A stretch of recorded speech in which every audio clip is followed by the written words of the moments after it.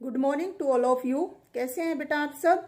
जैसा कि कल हमने संज्ञा पदों का परिचय कैसे दिया जाता है, उसमें लिंग, वचन, काल, कारक का किस तरह से प्रयोग किया जाता है, इसके बारे में पढ़ा था। ठीक है, आज जो मैं आपको बताऊंगी वो है सर्वनाम, कि सर्वनाम पदों का परिचय जो है वो किस तरह से दिया जाता है। तो सबसे पहले हमें ये पता होना चाहिए कि सर्वनाम होते क्या है। ठीक है, तो जैसे कि परिभाषा के उसमें ले तो हम क्या कहेंगे कि संज्ञा के स्थान पर प्रयुक्त होने वाले शब्दों को हम सर्वनाम कहते हैं। ठीक है, तो जैसे इसके लिए क्या आएंगे, मैं, तुम, हम, आप। ठीक है, जिसका, जिसकी, ये जो शब्द हैं ये किस रूप में प्रयोग होते हैं, सर्वनाम के रूप में प्रयोग होते हैं। ठीक है, तो अब आगे जो है हम सर्वनाम के भेदों का एक एक करके उसके बारे में जानेंगे। तो सबसे पहले जो आता है वो है पुरुषवाचक सर्वनाम। ठीक है, 6 भेद होते हैं पुरुषवाचक सर्वनाम।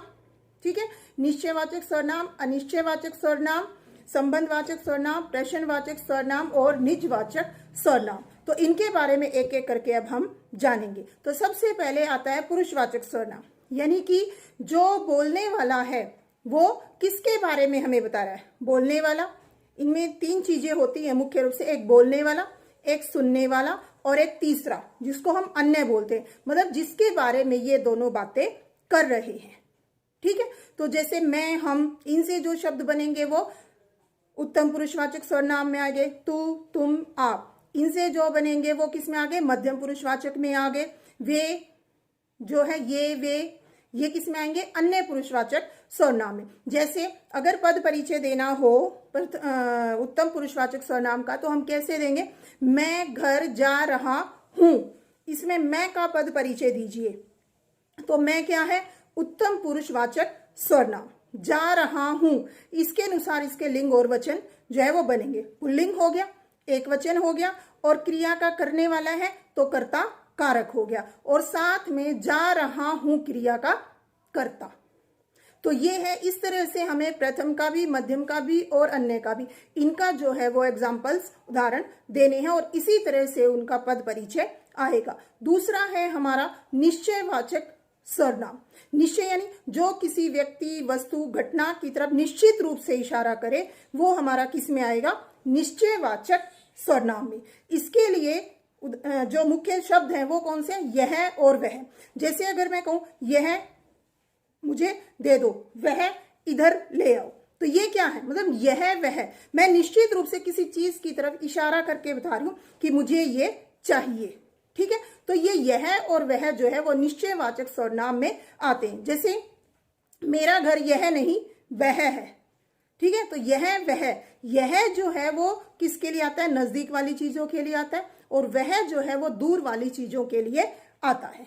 ठीक है, तो जैसे अब इसका यह का या वह का, एक का किसी का हम पद परिचय दें तो कैसे देंगे कि सर्वनाम, निश्चयवाचक सर्वनाम, मेरा घर यह नहीं वह है, पुल्लिंग, स्त्रीलिंग, जो आपको लगे। ठीक है, वाक्य के अनुसार। वचन, एक वचन। ठीक है, वह है क्रिया का कर्ता। इस तरह से जो आएगा वो आपका निश्चयवाचक सर्वनाम का जो है परिचय, पद परिचय बनेगा। इसके बाद आता है हमारा अनिश्चयवाचक सर्वनाम। ठीक है, अनिश्चय मतलब जिसमें किसी व्यक्ति, वस्तु, घटना, स्थान के बारे में हमें निश्चित रूप से पता नहीं है।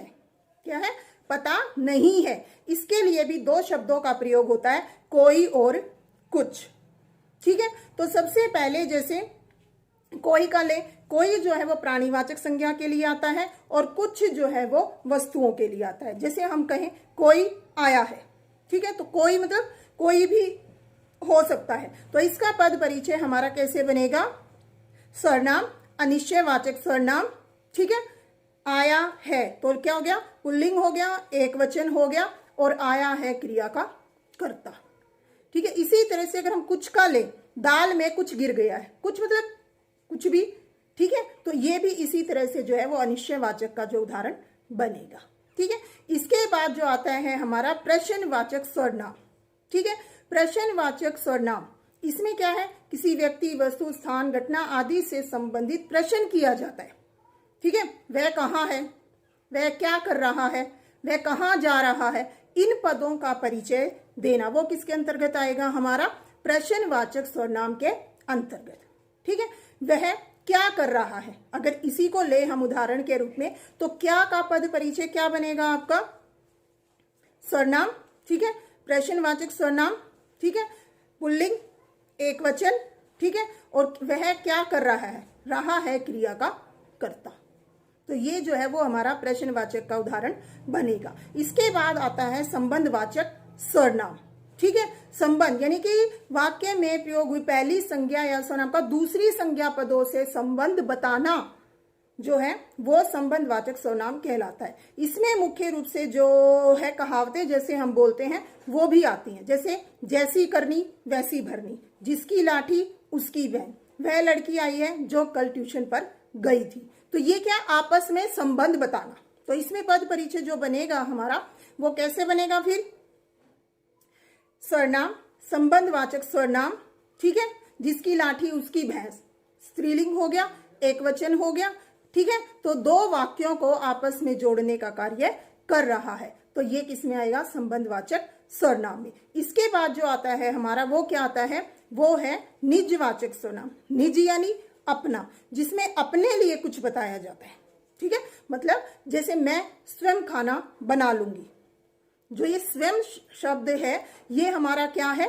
ये है हमारा निजवाचक सर्वनाम। तो इसका परिचय हमें देना हो वाक्य के रूप में तो हम कैसे देंगे? स्वयं।